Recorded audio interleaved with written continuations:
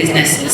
So what I would like to ask an organization, how are we able to prepare our members to key into this, and what can they do to position themselves to take advantage of these policies that the Lagos State government has in place? I'm sorry, let me keep it that simple. What experiences have you acquired? Do you have to read the policy documents or the draft laws that have been released so far? I'm sure a lot of people have. It will amaze you that those draft documents are pointers to where we are going to. And a lot of times people may assume that, oh, what is structural and what is barrier? No, it may not necessarily be like that. If you look at those draft documents, you can actually be able to say, oh, this is how government is thinking, this is how I can position myself. Your CV is not necessarily what you need to go and apply, necessarily what you can apply for work. For instance, do you need to start a company that is able to do installation of solar panels and all that? Do you need to, how much experience have you had in that area? Do you need to know how to do this, how to do that?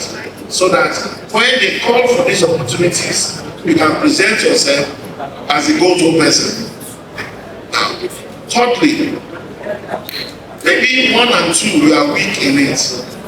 The third thing you can do is what alliances can I get involved in, or who do I need to learn from as quickly as possible, so that I'm positioned to deal with some of these issues that government is already looking at. On a personal level, you might also say, in terms of the financial requirement to deal with some of these issues, I may be lacking. But what financing can I access? What opportunities are available for me to enhance my family's personal financial position to be able to take advantage of what they are talking about? And lastly, off the top of my head, I will also say that how open are you to both information and the opportunities that come out of the information you are receiving? What I mean to say is that a lot of us don't belong to associations like this association. We don't belong to a useful WhatsApp group.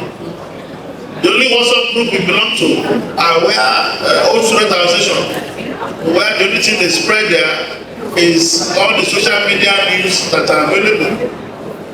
You need to belong to 2, 3, 4, 5 professional association institutions where your experience can be enriched, and not with news or jobs that will make you optimal as a human being going forward. I think let me leave the space to other panelists to make some contributions to that. Question. So let me come to our Honorable Commissioner for Wealth Creation and Employment. Mr. Jim Otafe. Mr. Jim Otafe. Supporting to ensure gender inclusion within the renewable energy and sustainable energy project space, particularly for women entrepreneurs and even the workforce participants. Commend the association and the team that's put this program together. It's a good one, and please keep it up. From the Ministry of Wealth Creation, we're to create wealth, not just about giving you money, but to support you in all ramifications of how you can be successful in your business. It's not just even making provision for money, but what are you doing that can be sustainable? Renewable energy, it's what is in vogue right now. Whether we like it or not, the fossil fuel is going to fizzle away in a short time. Yes, it may be expensive right now, but it's a necessity. And as a ministry, it's a good idea that it's an association where I know the structure they built over the years. They built this over the years, and how can we come in? How can we support them?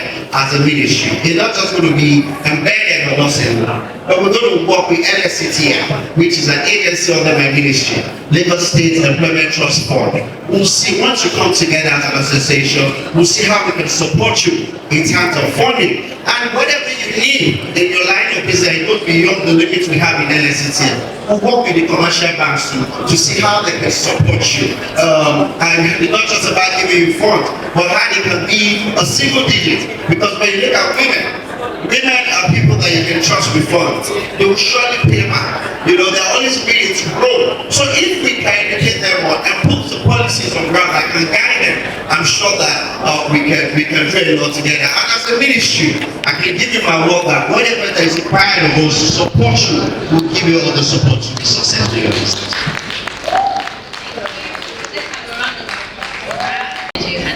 Sharon, I'm familiar with some of the work that GIZ is doing, and I would like you to speak to some of the certifications that we have in place. I would also like you to speak to how GIZ as an organization is creating an enabling environment for women, and what plans that you have in place for women-led businesses, particularly in the energy sector. Seated above very amazing commissioners, very humble to hear about really the work that you're doing on both the energy aspect and also leading to employment. And before I go on and before I respond to your question, being that this is the last session of the day, I'm more or less an advocate of really ensuring that platforms where women can really speak and have conversations like this and have their voices heard. As much as this is part of the program, I would really have appreciated it if this session was had at the main summit. It is a main topic. It is a very key aspect that I feel needs to be mainstreamed into the larger organization, where we have very critical stakeholders all represented. I mean, it's nice that we're having these technical discussions, but this is just a feedback to the planning. But really, it's very impactful that we can even sit around to discuss such opportunities. So now to talking about certification and skills within the sector. So at NESB, which is implemented by GIZ, I lead a team that is in charge of skills development for the energy sector, and we look at the clean energy environment. We prioritized course development when we had assessed the market and realized that there was a capacity gap. A capacity gap in solar PV installation, in mini grid design, in energy audits, in energy management, in energy efficient building design. And what we did was to develop a competency standard. So the standard is set. If you want to be competent in XYZ field, you need to go through requisite training that would then prepare you for this job. The interesting aspect is that this training then prepares you for the industry. So you look at what does the industry really want. Then you can understand that your skills will then be fitting for what the industry requires and ultimately will lead to jobs.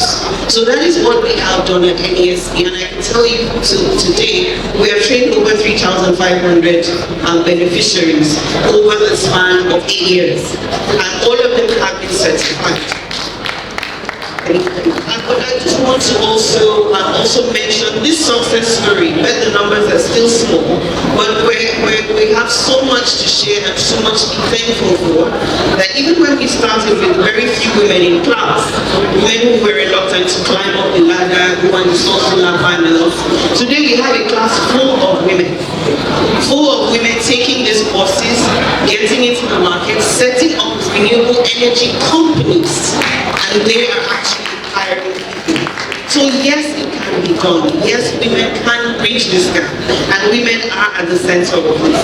Because one aspect that our donor, the European Union, prioritizes, and within the next phase of implementation up to 2026, we're targeting initiatives around having more women driving projects, more women driving installations, more women driving entrepreneurship.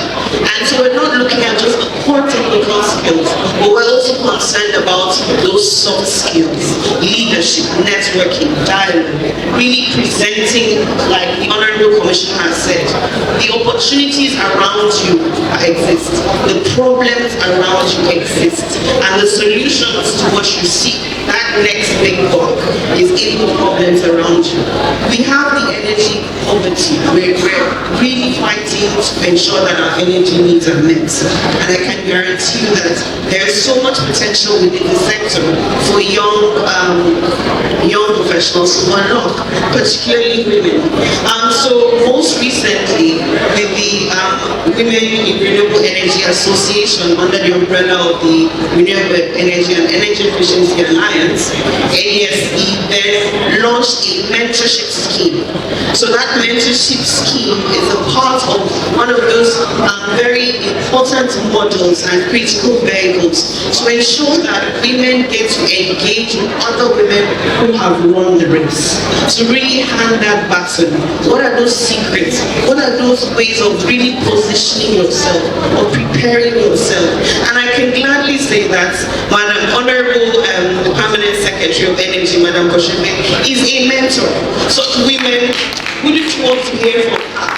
So these are initiatives that are led through the Ministry of Power and identifying critical stakeholders and created a platform to ensure that we can have this institutional knowledge passed across through the academia, through the industry, through the associations, and ultimately informing our training and capacity building initiatives. Thank you. Creating wealth.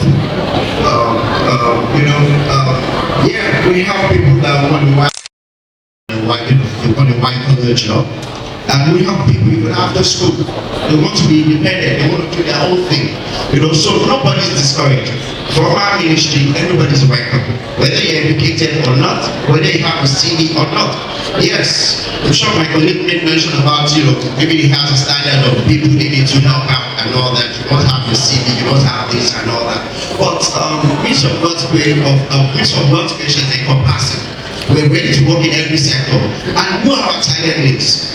Women, how can we support them? And why I want you to please involve with people with disabilities too. The women that are disabled, bring them on. From your comfort zone, you can be creative with the green energy. You can do something. And I've told you, the fact that you're in an association, we oversee all the artisans too, and the tradesmen. They all come and register on theirs, and we always give all our support to them. So you can join the association too. And for the fact that you have people under your association, we're willing to support them. And we're not just supporting them with fun. We want business that will be sustainable. Putting energy in whatever business like agriculture. I was asking her what people on the association get to do. She did mention quite some numbers of them. And look, what we need to do is let's be creative, let's be positive. Life is quite tough. Nothing's going to fall in your lap easily. You cannot keep complaining from your house, but you have to know somebody. You have to try, get involved. Be part of this association. This is where we as a government can reach out to you. We cannot touch every one person, but we can touch you if we come in clusters, if we come in association, and that is where the government can intervene and see how we can support you. Your voice, one voice alone, we can't hear, but if you come in numbers, that is where we can support you. So I'm using this opportunity to say, look, if this is your line of business, you work with the president, and we as a ministry will see how we can support you. We might not be able to do everything totally, but we'll be a bridge to whatever field or how you want us to support you, we'll support you financially. Like I mentioned earlier, the LSCTF is there. We have partnership with other financial sectors so that we can work with you to see how we can support you in time of business. So Mission One Nation is open. It's open for you. In any way you think we can help you, please knock on our door. Thank you. Energy. This question goes to you. We understand the emphasis on renewable energy, but I'm somebody that advocates for energy that you have. Lagos State as a metropolis as it is a big population, and the energy needs in the state itself is massive.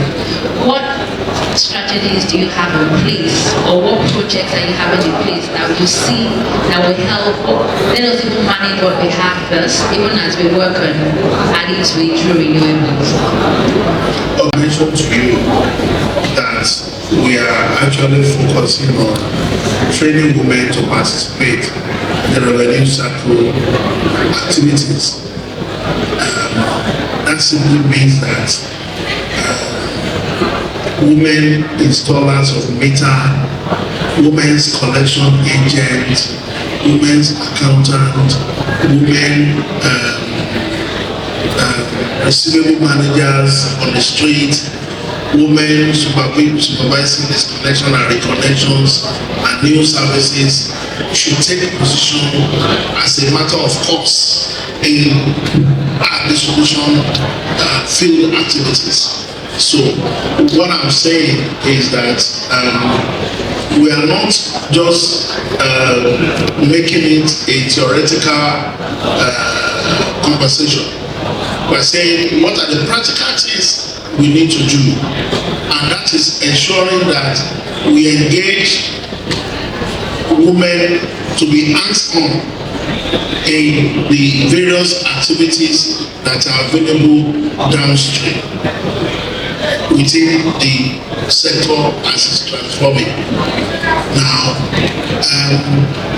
we cannot stay with renewables only.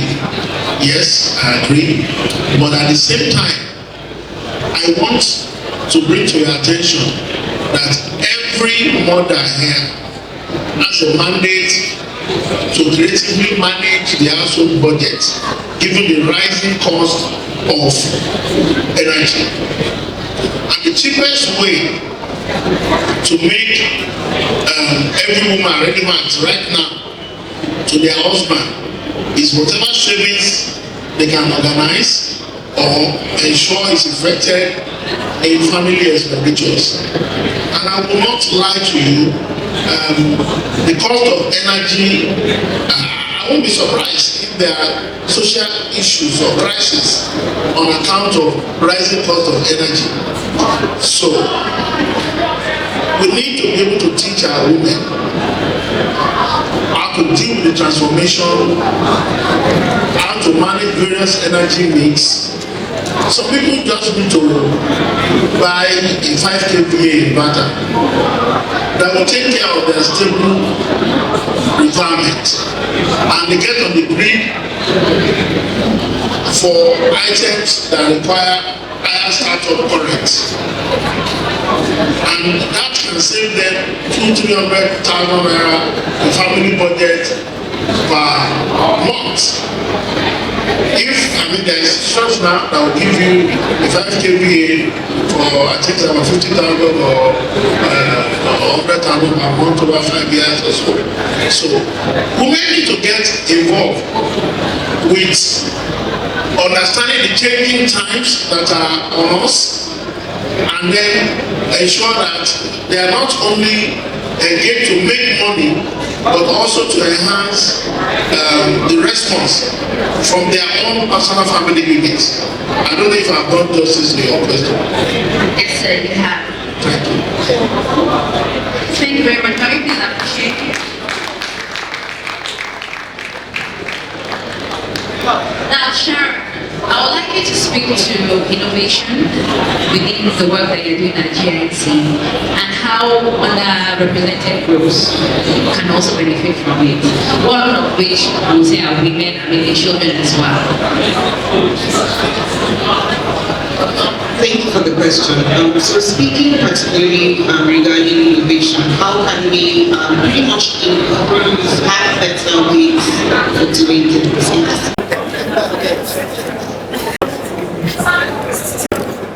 Honorable Akin Obakoni, thank you so much for coming. We really appreciate you.